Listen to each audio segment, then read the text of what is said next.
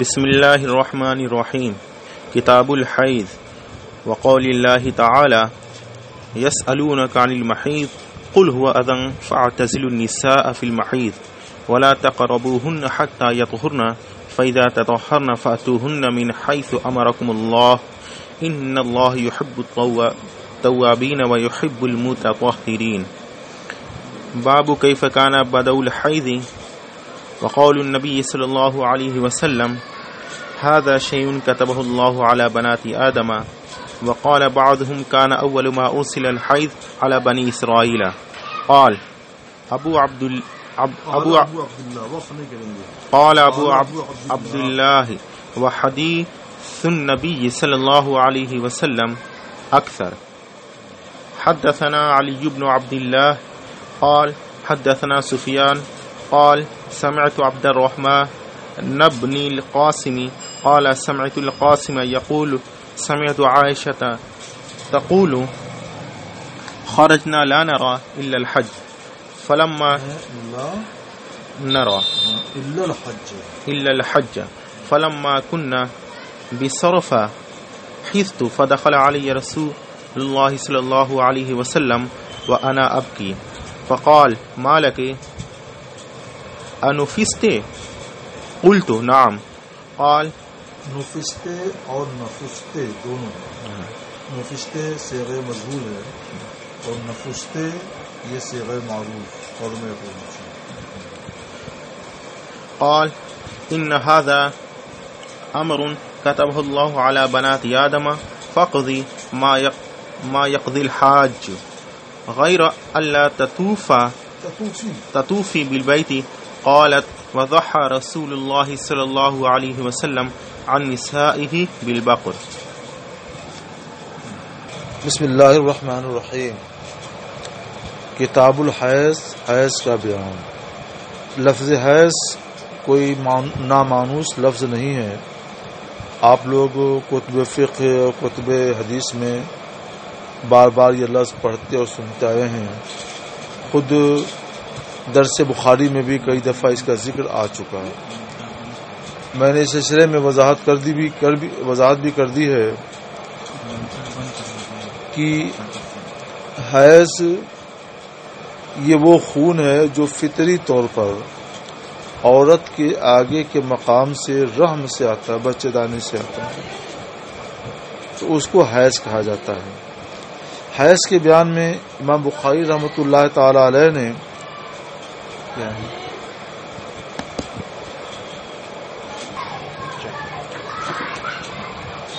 حیض کے بیان میں استحاضہ کا بھی ذکر آتا ہے اور نفاس کا بھی ذکر آتا ہے. اور استحاضہ کے بارے میں پہلے بتا چکا ہوں کہ کسی رگ سے کے پھٹ جانے سے بیماری کی وجہ سے یہ خون آگے ہی کے مقام سے آتا ہے، مگر یہ رحم کا خون نہیں ہوتا، اس کو استحاضہ کہتے ہیں. تو بیماری کی وجہ سے جو خون آگے کے مقام سے آئے وہ استحاضہ ہے. اور فطری طور پر عورت کے آگے کے مقام سے رحم کا جو خون آئے وہ حیض کہلاتا ہے. اور بچے کی پیدائش کے بعد عورت کو آگے کے مقام سے جو خون آئے اس کو نفاس کہا جاتا ہے. نفاس نام الگ ہو گیا، حیض الگ اور نفاس الگ، مگر حقیقت میں وہ وہی خون ہے جو پہلے حیض کہلاتا تھا. بچہ جب پیٹ میں قرار پا جاتا ہے تو مہینے مہینے جو زائد خون عورت کے آگے کے مقام سے نکلتا ہے وہ رک جاتا ہے اور وہی خون بچے کی غذا بنتا ہے. وہ خون بھی زیادہ جمع ہو جاتا ہے. جب بچہ پیدا ہوتا ہے تو جو فاضل خون ہوتا ہے وہ پھر باہر نکل آتا ہے، اس کو نفاس کہتے ہیں. حقیقت اس کی وہی ہے، حیض ہی ہے، کیونکہ حیض ہی کا خون رکا ہوا تھا اور وہی بچہ پیدا ہونے کے بعد آ رہا ہے. مگر فرق کرنے کے لیے پیدائش کے بعد جو خون آتا ہے اس کا نام نفاس دے دیا گیا اور پہلے کے خون کو حیض کہہ دیا گیا. استحاضہ یہ بیماری کا خون ہے. اس طرح سے اس باب میں حیض کا بھی ذکر ہوگا، نفاس کا بھی ذکر ہوگا اور استحاضہ کا بھی ذکر ہوگا۔ نفاس کا ذکر مستقلاً نہیں آیا ہے، کیونکہ نفاس کا خون وہی ہوتا ہے جو حقیقت میں حیض کا خون ہوتا ہے، اس لیے حیض کا ذکر ہی گویا نفاس کا بھی ذکر ماننا چاہیے۔ اس بات پر ساری امت کا اتفاق ہے کہ بہتا ہوا خون حیض کا ہو یا نفاس کا ہو یا استحاضہ کا ہو، یہ ناپاک ہے، نجاست غلیظہ ہے۔ اس لیے اگر یہ خون کپڑے پر لگ جائے تو عورت پر لازم ہے کہ اس کپڑے کو دھو کر کے پاک کر لے اور پاک کرنے کے بعد ہی نماز پڑھے۔ اس سے پہلے آپ نے اس کا طریقہ بھی سن لیا ہے کہ خون کو خشک ہونے دیا جائے، جب خشک ہو جائے تو ناخن سے رگڑ کر اس کو جھاڑ دے، اب معمولی سا دھبا رہ جائے گا، اس پر کوئی بھی رقیق چیز ڈال کر کے اس کو مل دے، چاہے پانی ڈال دے، چاہے کوئی اور رقیق چیز پتلی چیز ڈال دے، تو وہ کپڑا پاک ہو جائے گا۔ دھبا باقی رہے تو کوئی بات نہیں ہے، اس میں نماز ہو سکتی ہے۔ تو یہ تو حیض اور نفاس اور استحاضہ کے خون کا حکم بیان ہوا کہ وہ نجاست غلیظہ ہے، کپڑے میں لگ جائے تو پاک کر کے ہی عورت نماز پڑھے۔ اس سلسلے میں عورتوں کے کچھ احکام بھی ہیں۔ حیضہ کے احکام کیا ہیں؟ نمبر 1 یہ، اس کو آپ ابھی سمجھ لیجئے، پورے باب میں متفرق طور پر یہ مسائل آئیں گے، ہم پورے کتاب الحیض کے مسائل کا خلاصہ آج ہی ایک ساتھ بیان کر دیتے ہیں۔ پہلا حکم یہ ہے کہ حیض والی عورت مسجد میں نہیں داخل ہوگی، کیونکہ ناپاک خون کے آنے کی وجہ سے وہ ناپاک ہو چکی ہے اور ناپاک شخص کو مسجد میں جانا حرام ہے، لہذا وہ مسجد میں داخل نہ ہو۔ اچھا، خانہ کعبہ کا طواف یہ بھی مسجد کے اندر ہی کیا جاتا ہے، لہذا وہ خانہ کعبہ کا طواف بھی نہیں کر سکتی۔ ہاں، مسجد کے اندر مصلی ہے تو ہاتھ بڑھا کر اس کو وہاں سے اٹھا سکتی ہے، یا اس کو شوہر ہے تو اس کو کھانا ہاتھ بڑھا کر دے سکتی ہے، یا کھانا کھا لیا شوہر نے تو کھانے کو اٹھا کر اپنے کمرے میں لا سکتی ہے، اور شوہر یہ چاہتا ہے کہ اس کے سر میں تیل لگا دے، سر دبا دے، تو یہ سب کر سکتی ہے، کیونکہ عورت کا پورا بدن پاک ہے، وہ ناپاک نہیں ہے۔ ناپاک صرف خون ہے، اور اتنی جگہ ناپاک ہے جتنی جگہ میں خون لگا، باقی حصہ تو اس کا پاک ہے۔ لہذا شوہر کا یا کسی محرم کا بدن چھو سکتی ہے، کھانا پکا سکتی ہے، اور مسجد میں مصلی ہے تو ہاتھ بڑھا کر لے سکتی ہے، کیونکہ ہاتھ اس کا ناپاک نہیں ہے۔ ناپاک صرف خون ہے، اور صرف وہ جگہ ناپاک ہے جہاں پہ خون لگا ہوا ہے، باقی پورا بدن اس کا پاک ہے۔ لہذا مسجد میں تو نہیں داخل ہوگی، مگر مسجد کے اندر کوئی شخص ہے، شوہر، باپ، بیٹا، بھائی وغیرہ، تو ان کے ہاتھ بڑھا کر کے ان کے لیے کچھ خدمت کر سکتی ہے۔ اچھا، جب یہ ناپاک ہے تو اس کو حکم یہ ہے کہ یہ نہ قرآن پڑھے نہ قرآن چھوئے، کیونکہ قرآن پڑھنا اور قرآن چھونا یہ پاک لوگوں کا کام ہے، اور یہ تو ناپاک ہے۔ لیکن کیا یہی حکم ہر ذکر کا ہے؟ مثلا اللہ اللہ پڑھنا، لا الہ الا اللہ محمد رسول اللہ پڑھنا، سبحان اللہ پڑھنا، درود شریف پڑھنا، یہ سب اذکار ہیں۔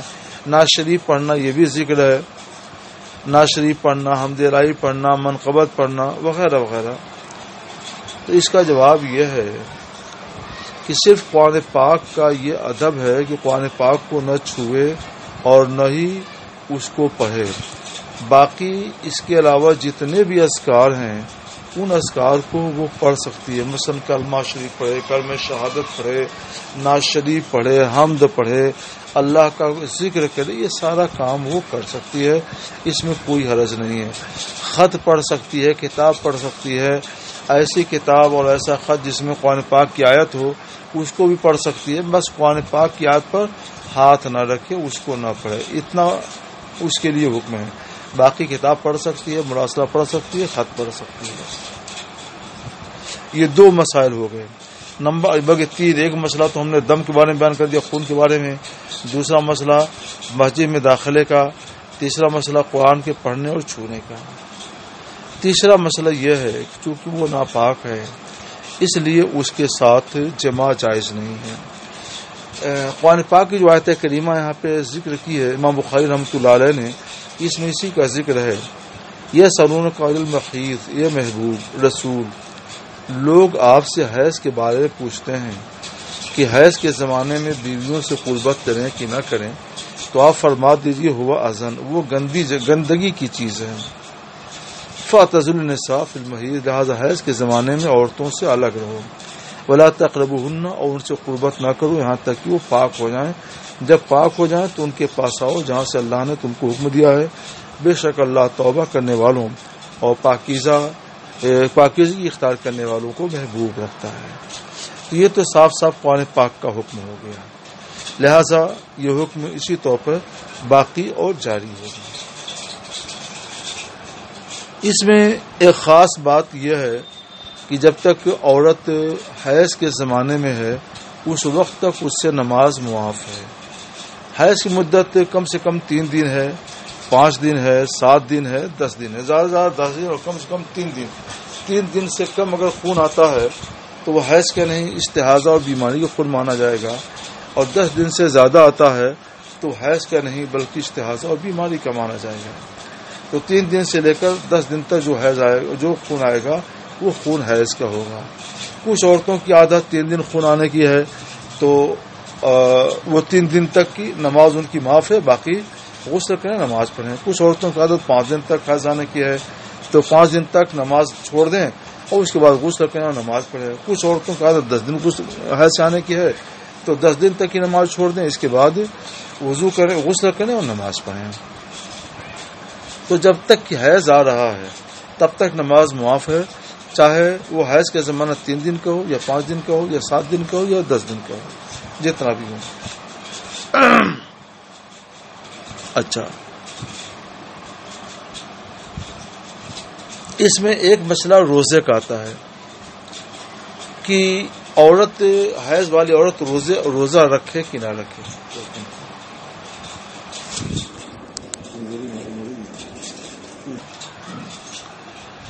روزے کا مسئلہ، روزے کا حکم یہ ہے کہ عورت جب تک ناپاک ہے یعنی حیض کا خون آ رہا ہے اس وقت تک وہ روزہ نہ رکھے۔ یہ روزہ ایک عبادت ہے تو اس عبادت کے احترام اور ادب کے خلاف ہے کہ ناپاکی کی حالت میں عورت روزے سے رہے، مگر روزہ اس سے معاف نہیں ہے۔ لہذا رمضان کے بعد یا رمضان کے روزے کی بات چل رہی ہے، رمضان شریف کے بعد اتنے روزوں کی وہ قضا کرے گی۔ نماز معاف ہو جاتی ہے کیونکہ نماز دن میں 6 عدد ہے، تو روزانہ 6 نمازوں کی قضا کرنا دشوار ہے، اور ایک روزے کی قضا روزانہ 1 دن ہے، تو 6 روزے کی قضا 6 روزہ ہے، اور 6 دن کی نماز ہو، 6 دن نہیں بلکہ 7 دن مانو تو 7 چھکے 42، تو 42 نمازوں کی قضا کرنی پڑے گی، اور 7 دن کا روزہ ہو صرف 7 دن کا روزہ رکھنا پڑے گا۔ تو 7 دن کا روزہ رکھنا آسان ہے اور 42 نمازیں پڑھنا ہی دشوار ہے۔ اس حرج کی وجہ سے نماز معاف کی گئی ہے لیکن روزہ معاف نہیں کیا گیا۔ البتہ عورت کو یہ سہولت دی گئی ہے کہ رمضان کے دنوں میں روزے سے نہ رہے بلکہ بعد میں قضا کر لے۔ اس کی ایک وجہ یہ بھی سمجھ میں آتی ہے کہ یہ حیض من جانب اللہ آتا ہے، یہ مقدر ہے، اللہ کی طرف سے من جانب اللہ آتا ہے، اور اس کی وجہ سے کمزوری ہوتی ہے۔ لہذا شریعت نے اس کو یہ چھوٹ دے دی کہ جب تک کمزوری برقرار ہے اس وقت تم کھاؤ پیو، اور جب کھانے پینے کا زمانہ آ جائے گا، طاقت ہو جائے گی، تو اس وقت تم روزے رکھ لینا۔ حیض کی مدت تو میں نے بتا ہی دی، اور حیض کا کپڑا، حیض کا خون کپڑے وغیرہ میں رہ جائے تو اس کا بھی حکم بیان کر دیا۔ تو یہ اتنی چیزیں معاف ہیں یا ممنوع ہیں، ان کے سوا جو باقی چیزیں ہیں ان تمام کی اجازت پائی جاتی ہے۔ مثلا عورت قرآن پاک کو تو نہیں چھوئے گی مگر اذکار کرے گی، اذکار پڑھے گی، تو اذکار کی اجازت ہے اور قرآن پڑھنے کی ممانعت ہے۔ عورت قرآن کو نہیں چھوئے گی میں قرآن پاک اگر جزدان میں ہو تو اس کو چھو سکتی ہے، کیونکہ جزدان کے ساتھ چھونا قرآن پاک کو نہیں چھونا، جزدان کو چھونا ہے. یا اس میں ڈوری لگی ہوئی ہو تو ڈوری کو کندھے میں گلے میں لگا کر سینے طرف رکھ کر چل سکتی ہے، یا ٹانگ کر لے کر چل سکتی ہے، یہ جائز ہے. کیونکہ ڈوری کو قرآن پاک کی ڈوری کو پکڑنا یہ قرآن پاک کو پکڑنا نہیں ہے. اس سے پہلے ایک لفظ مصحف کا آیا ہے جس کی جمع مصاحف ہے، وہاں میں نے تشریح کر دی تھی، پھر یہ لفظ آ رہا ہے. مصحف کہتے ہیں آسمانی کتاب کو جو کاغذ وغیرہ کسی چیز پر لکھ دی گئی ہو، اور اب مصحف جو ہے قرآن پاک کو کہا جاتا ہے کیونکہ یہی کتاب دستیاب ہے. تو قرآن پاک جو کاغذ پر تحریر ہو اس کو مصحف کہا جاتا ہے. ادب کے لیے اس کو مصحف شریف کہتے ہیں. عورت قرآن مصحف شریف کو نہیں چھوئے گی، لیکن اگر کپڑے کے جزدان میں رکھا گیا ہو یا کسی کاغذ وغیرہ کے غلاف میں ہو تو اس کو چھو سکتے ہیں. ڈوری بندھی ہو تو ڈوری کے ساتھ اس کو اٹھا سکتے ہیں. یہ سب جائز و درست ہے. تو جو ہم نے 5-6 چیزیں آپ کو بتائی ہیں ممنوع ہیں، ان کو چھوڑ کر باقی ساری چیزیں اس کے لیے درست ہیں. اچھا، عورت طواف تو نہیں کرے گی، حج کو گئی ہے یا عمرے کو گئی ہے، حج فرض کو گئی ہے یا حج نفل کو گئی ہے، طواف نہیں کرے گی، کیونکہ طواف کیا جاتا ہے کعبہ شریف کا، اور کعبہ شریف مسجد حرام کے اندر ہے، اور مسجد حرام کے اندر داخل ہونا ناجائز، لہذا طواف نہیں کرے گی. اور یوں بھی طواف کے لیے پاک ہونا شرط ہے کہ ناپاک اور برہنہ جو آدمی ننگا ہے وہ، اور جو ناپاک ہو وہ طواف نہ کرے. تو طواف کے لیے شرط ہے پاک ہونا، اور یہ پاک نہیں ہے. اور مسجد میں داخل ہونے کے لیے ضروری ہے پاک ہونا، اور یہ پاک نہیں ہے.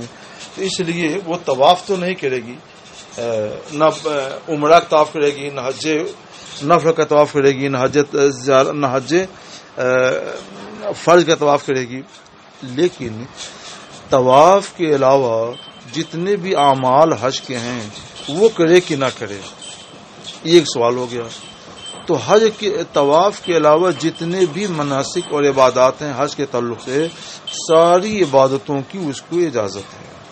یعنی وہ حج کا جہاز پر گئی اور حیض آ گیا تو حج کی نیت کر کے حج کی احرام باندھ لے اور لبیک پڑھے، لبیک اللہم لبیک لبیک لا شریک لک لبیک ان الحمد والنعمت لک والملک لا شریک لک. یہ تلبیہ ہے، یہ بھی ذکر الہی ہے، قرآن پاک نہیں ہے، لہذا ذکر الہی کر سکتی ہے. اب راستے پر ہوائی جہاز میں تلبیہ پڑھتی رہے، کوئی بات نہیں ہے. وہاں جائے تو جب حج بس طواف نہ کرے، جب حج کا موسم آ جائے تو حج کے موسم میں وہ مینا جائے گی، اور مینا سے پھر آگے وہ عرفات جائے گی، پھر عرفات سے واپس ہو کر کے مزدلفہ آئے گی، مزدلفہ سے واپس آ کر پھر مینا میں رہے گی، کنکریاں مارے گی، مینا میں وقوف کرے گی، مزدلفہ میں وقوف کرے گی، عرفات میں وقوف کرے گی. ساری عبادتیں سب کچھ وہ کرے گی، بس ایک کام نہیں کرے گی کہ طواف نہیں کرے گی، اور باقی سب کچھ کرے گی. تو جناب والا یہ مسئلہ بھی بالکل واضح طور پر ثابت ہو گیا. اور یہ سارے مسائل کتاب الحیض کے اس باب میں تفصیل کے ساتھ آ رہے ہیں. ہم نے کتاب الحیض کے تمام مسائل کا اپنے طور پر خلاصہ بیان کر دیا ہے. اس خلاصے کو آپ اپنے ذہن میں رکھیں اور اس کے بعد احادیث نبویہ کو پڑھتے جائیے تو انشاءاللہ تعالی ہر چیز آپ کے لیے روشن اور آئینہ ہوتی چلی جائے گی. خلاصے کو یاد رکھنا شرط ہے. یہ تو حکم ہوا جناب والا حیض کا. اب دوسرا مسئلہ ہے نفاس کا. نفاس کا کیا حکم ہے؟ کہیں کہیں الفاظ میں نفاس کا آپ ذکر پڑھیں گے، لیکن نفاس کا کوئی حکم الگ سے نہیں بیان کیا جائے گا. تو ہم نے آپ کو پہلے بتا چکے کہ نفاس کا جو خون ہے یہ وہی خون ہے جو حیض کا آتا تھا، اور بچہ جب پیٹ میں رہ جاتا ہے تو وہ خون رہ جاتا ہے، وہی خون بعد میں نکلتا ہے. تو جو خون حیض کا ہے، جو حکم حیض کے خون کا ہے وہی حکم نفاس کا خون کا ہے. تو سارے احکام جو ہم نے ابھی بیان کیے ہیں، ممانعات کے اور اباحت کے، ممانعات کے اور اجازت کے، وہ سارے احکام نفاس کے بھی آپ سمجھ لیں بیانی اسی طور پر. اب ایک مسئلہ، تیسرا مسئلہ رہ جاتا ہے استحاضہ کا. تو جناب والا استحاضہ کے بارے میں ہم اس سے پہلے 1-2 حدیثیں آئی تھیں، وہاں اس پر ہم گفتگو کر چکے ہیں. وہی اسی انداز کی اور اسی مضمون کی حدیثیں اس باب میں بھی آئیں گی، اور یہاں بھی وہی گفتگو ہوگی جو ہم پہلے کر چکے ہیں کہ استحاضہ کا جو خون ہے یہ رحم سے نہیں آتا ہے، کسی رگ سے آتا ہے، اور اس سے وضو ٹوٹ جاتا ہے. غسل کرنا نہیں فرض ہوتا ہے. جیسے پیشاب آ جاتا ہے تو وضو ٹوٹ جاتا ہے، پاخانہ ہو گیا تو وضو ٹوٹ گیا، ریا نکل گئی وضو ٹوٹ گیا، ویسے استحاضہ کا خون آگے کے مقام سے آ گیا تو وضو ٹوٹ گیا. اس سے زیادہ اس کی کوئی اور حیثیت نہیں ہے. لہذا اس حالت میں عورت کو حکم یہ ہے کہ ہر نماز کے وقت میں وہ تازہ وضو کرے، اور جب تک کہ وقت نماز باقی ہے اس وقت تک وہ جتنی نمازیں پڑھنا چاہے، ادا، قضا، نفل، واجب، سنت، فرض سب پڑھے. اور جیسے ہی وقت گزر جائے گا ایک نماز کا، دوسرے نماز کا وقت آئے گا تو پھر اس کا وضو ٹوٹ جائے گا اور دوسری نماز کے لیے تازہ وضو کرے گی. اور اسی طور پر ہر نماز کے لیے وہ تازہ وضو کرتی رہے گی، اور ہر نماز کے وقت میں تازہ وضو کر کے جتنی بھی باتیں کرنی چاہے کر سکتی ہے.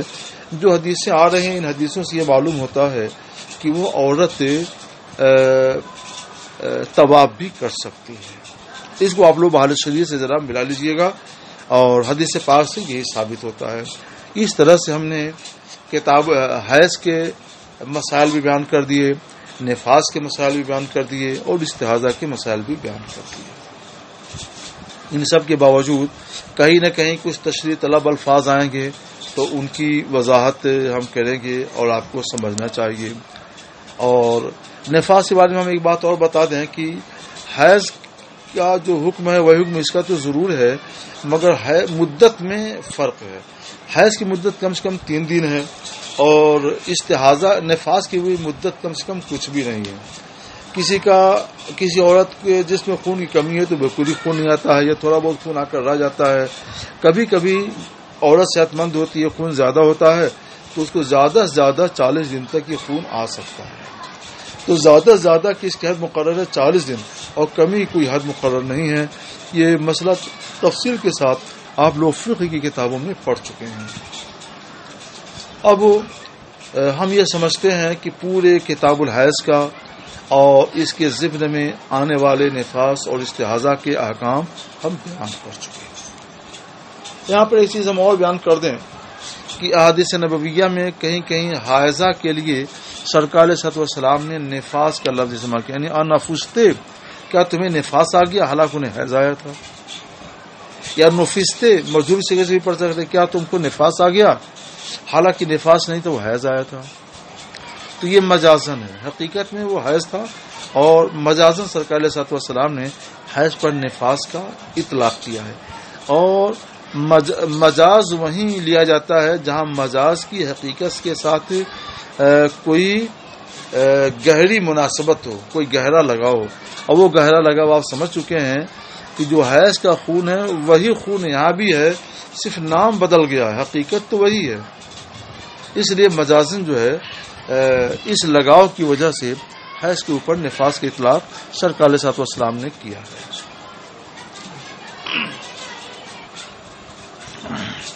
اب آپ لوگ ترجمہ کیجئے. باب، یہ اس طرح کے باب اس سے پہلے بھی آئے ہیں. یہ اصل میں بابن ہے، یعنی ہاذا بابن، یہ ایک باب. کیف کان بدء الحیض، حیض کی ابتدا کیسے ہوئی، کیسے ہوئی، کب ہوئی. اور نبی کریم صلی اللہ علیہ وسلم کے ارشاد، ھذا شیء، یہ حیض ایک ایسی چیز ہے کہ کتب اللہ علی بنات آدم، جو اللہ نے آدم کی بیٹیوں پر مقدر کر دی، لکھ دیا ہے. یعنی آدم کی بیٹیوں کی تقدیر میں لکھ دیا ہے. بنات آدم فرمایا سرکار علیہ الصلوۃ والسلام نے، تاکہ یہ معلوم ہو جائے کہ حضرت آدم علیہ الصلوۃ والسلام کی جو بنات ہیں وہیں سے حیض کا سلسلہ شروع ہوا ہے، حیض کا آغاز وہیں سے ہوا ہے. بنات آدم کا کر سرکار نے یہ اشارہ فرما دیا. وقال بعضهم، اور بعض علماء نے کہا کہ سب سے پہلے حیض بنو اسرائیل پر بھیجا گیا. مگر ابو عبداللہ یہ کنیت ہے امام محمد بن اسماعیل بخاری رحمۃ اللہ علیہ کی. وہ کہتے ہیں کہ ابو عبداللہ بخاری کہتے ہیں کہ نبی کریم صلی اللہ تعالی وسلم کی حدیث اکثر ہے، یعنی اشمل ہے. اس کا مطلب کیا ہوا کہ یہ بنو اسرائیل کی عورتوں کی بھی شامل ہے اور ان سے پہلے جب سے عورتوں کی پیدائش ہوئی ہے تب تک کی عورتوں کو شامل ہیں، یعنی آدم علیہ السلام کی بیٹیوں سے لے کر بنو اسرائیل تک اور بنو اسرائیل سے لے کر آج تک اور آج سے لے کر قیامت تک جتنی بھی بنات آدم پیدا ہوئیں اور ہوں گی سب کے لیے سرکار صلی اللہ علیہ وسلم کا ارشاد عام ہے کہ یہ ایسی چیز ہے جو اللہ نے آدم کی بیٹیوں کے لیے مقدر کر دیا ہے کہ ان کو حیض آنا ہی آنا ہے۔ دوسری حدیث اکثر بمانا اشمل ہے، زیادہ شامل۔ یہ ہے قاسم بن محمد، یہ فرماتے ہیں کہ میں نے حضرت عائشہ صدیقہ رضی اللہ تعالی سنا، وہ فرماتی ہیں کہ خرجنا یعنی خرجنا من المدینہ، ہم لوگ مدینہ منورہ سے نکلے، کس لیے؟ فرماتی ہے لا نرى الا الحج، یہ لا نرى بمانا لا نريد، ہمارا ارادہ حج کا تھا، یعنی ہم لوگ اپنے کسی اور کام سے نہیں نکلے بلکہ حج کے ارادے سے نکلے تھے۔ فلما كنا بصرف، یہ حدیث تفصیل کے ساتھ کتاب الحج میں آئے گی، مگر ابھی مختصر حدیث ہے، اور کیونکہ حیض کی مناسبت سے جتنی حدیث کی ضرورت تھی وہی یہاں بیان کی جا رہی ہے، اتنا آپ پڑھیے۔ ہم لوگ حج کے ارادے سے مدینہ منورہ سے نکلے، جب ہم لوگ مقام شریف میں پہنچتے تو مجھے حیض آ گیا، پھر رسول اللہ صلی اللہ تعالی وسلم میرے پاس آئے اور میں رو رہی تھی، پوچھا مالک کیا بات ہے، اور نفستے، کیا تجھے نفاس آ گیا، یعنی کیا تجھے حیض آ گیا؟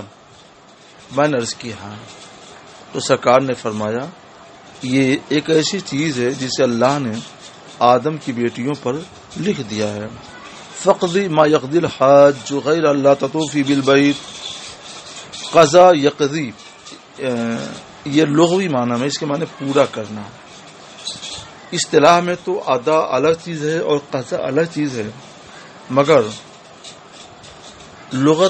عربی لغت میں قضا اور ادا دونوں کا معنی ایک ہے، تو اس لحاظ سے عربی کے لغت لحاظ ترجمہ یہ ہوگا، تو تم فقضی ما، یہ امر کا صیغہ ہے، صیغہ واحد مؤنث غائب، تو وہ تمام ما عام ہے، وہ تمام عبادتیں ادا کرو جو حاجی ادا کرتے ہیں، حاجی جتنی باتیں کرتے ہیں وہ ساری باتیں تم بھی ادا کرو، سوائے اس کے بیت اللہ شریف کا طواف نہ کرنا، کیونکہ بیت اللہ شریف کے طواف کے لیے پاک ہونا شرط ہے، تم پاک نہیں ہو، اور بیت اللہ شریف طواف کے لیے بیت اللہ شریف مسجد کے اندر ہے، اور مسجد میں کوئی ناپاک عورت نہیں جا سکتی، کوئی مرد بھی نہیں جا سکتا، کہتی ہیں۔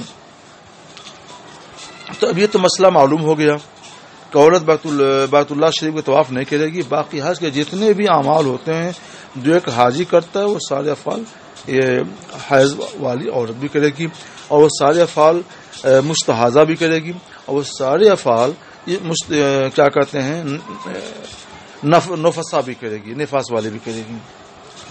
فرماتی ہیں یہ اب بالکل حج کو مکمل کرنے کے بعد آخر کے واقعہ بیان کر رہی ہیں کہ اب سب نے حج کر لیا، مینا میں آئے تو ضحى رسول اللہ صلی اللہ علیہ وسلم عن النساء البقر بالبقر،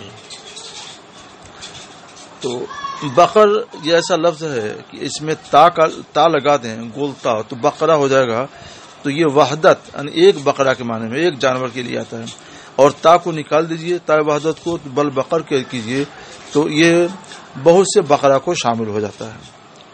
تو فرماتی ہیں کہ رسول اللہ صلی اللہ تعالی وسلم نے اپنی بیویوں کی طرف سے بقرہ کی قربانی کی، تو بڑے جانور میں تو یوں بھی 7 جانوروں کی قربانی ہو سکتی ہے، اور اگر بقرہ کی قربانی ہے تا وحدت کے ساتھ ہے تب تو سرکار صلی اللہ علیہ وسلم کی خصوصیت ہے، کیونکہ ایک بقرہ میں بہت سی عورتوں کی قربانی نہیں ہو سکتی ہے، اور بقر ہو تو وہ جمع کی جگہ پہ استعمال اس کو ہوتا ہے، تو یہ ہوگا کہ ایک بقرہ میں 7 حصے ہو سکتے ہیں، تو جتنی عورتوں کا حصہ بنتا ہے اتنے بقرہ کی قربانی سرکار صلی اللہ علیہ وسلم نے کر دی۔ باب غسل حائض راس زوجها و ترجیلی، حائضہ عورت اپنے شوہر کے سر کو دھو سکتی ہے، وہ ترجیل کے معنی آتے ہیں کنگھا کرنا، اور اس کے سر میں کنگھا لگا کر سکتی ہے، یہ سب جائز ہے۔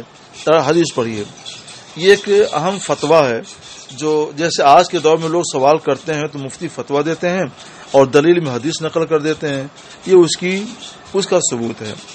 یہ حضرت عروہ رضی اللہ تعالیٰ عنہ تابعی ہیں، ان سے سوال ہوا کیا حائضہ عورت میری خدمت کر سکتی ہے؟ یعنی شوہر نے پوچھا کہ کیا حائضہ عورت میری خدمت کر سکتی ہے؟ دوسرا سوال کہ عورت جنوبی ہو، ناپاک ہو، تو وہ مجھ سے قریب ہو سکتی ہے؟ یہ دو سوال ہوئے۔ تو حضرت عروہ نے دونوں کا جواب دیا کلو ذالک علی ہین، یہ سب میرے اوپر آسان ہے، یعنی مباح اور جائز ہے۔ اب کلو ذالک تخدمنی، اور ایسی دونوں عورتیں میری خدمت کر سکتی ہیں، یعنی میری بیوی ہو تو میری خدمت جنوبی عورت بھی کر سکتی ہے اور حائض عورت بھی کر سکتی ہے۔ لیس علی احد فی ذالک باس، اور کسی پر اس میں کوئی حرج اور کوئی گناہ نہیں ہے، سب جائز و درست ہے۔ یہ تو فتویٰ ہو گیا، ہر فتوے کی کوئی دلیل چاہیے تو فتوے کی وہ دلیل دیتے ہیں۔ انہوں نے دلیل میں پیش کیا کہ مجھے حضرت عائشہ صدیقہ نے بتایا کہ انہا کانت ترجلو کو رسول اللہ صلی اللہ تعالی علیہ وسلم کو کہ سر میں کنگھا کرتی تھیں، حالانکہ یہ حیض کی حالت میں ہوا کرتی تھیں، اور رسول اللہ صلی اللہ تعالی علیہ وسلم مجاور کے معنی معتکف مسجد نبوی شریف میں اعتکاف کیے ہوتے تو یدنی لہا راسا، تو سرکار اپنا سر ان کی طرف بڑھا دیتے، ان سے قریب کر دیتے، اور یہ اپنے حجرے میں ہوتی تو یہ سرکار کے سر میں کنگھا کرتی تھیں، حالانکہ یہ حیض سے ہوتی تھیں۔ اس طرح سے دونوں مسئلے ثابت ہو گئے کہ سرکار کی حضرت عائشہ صدیقہ رضی اللہ تعالیٰ عنہ حیض کی حالت میں سرکار کی خدمت کرتی تھیں اور جنابت کی حالت میں بھی سرکار علیہ السلام کی خدمت کرتی تھیں۔ اس سے بھی معلومات سرکار علیہ السلام مسجد میں ہوتے تھے اور سرکار اپنا سر اقدس، سرکار کا جو حجرہ ہے، حضرت عائشہ صدیقہ رضی اللہ تعالیٰ عنہ کا جو حجرہ ہے، یہ مسجد سے بالکل ملا ہوا، بیچ میں جو فرق ہے وہ صرف وہی چوکھٹ کا فرق ہے۔ تو سرکار نے اپنے حجرہ عائشہ کے چوکھٹ پہ سر رکھ دیا تو سر اندر آ گیا، تو اس طور پہ وہ سر کی خدمت کر دیتی تھیں۔ تو اس حدیث پاک سے یہ معلوم ہوا کہ حائضہ عورت کا بدن پاک ہے، جنابت والی عورت کا بدن پاک ہے، وہ ناپاک نہیں ہے، لہذا اس کا پسینہ بھی پاک ہوگا، اس کا جوٹھا بھی پاک ہوگا، اس میں کوئی حرج نہیں ہے۔ بس جس جگہ پہ خون ہے اتنی جگہ ناپاک ہے، اس کے علاوہ کچھ نہیں۔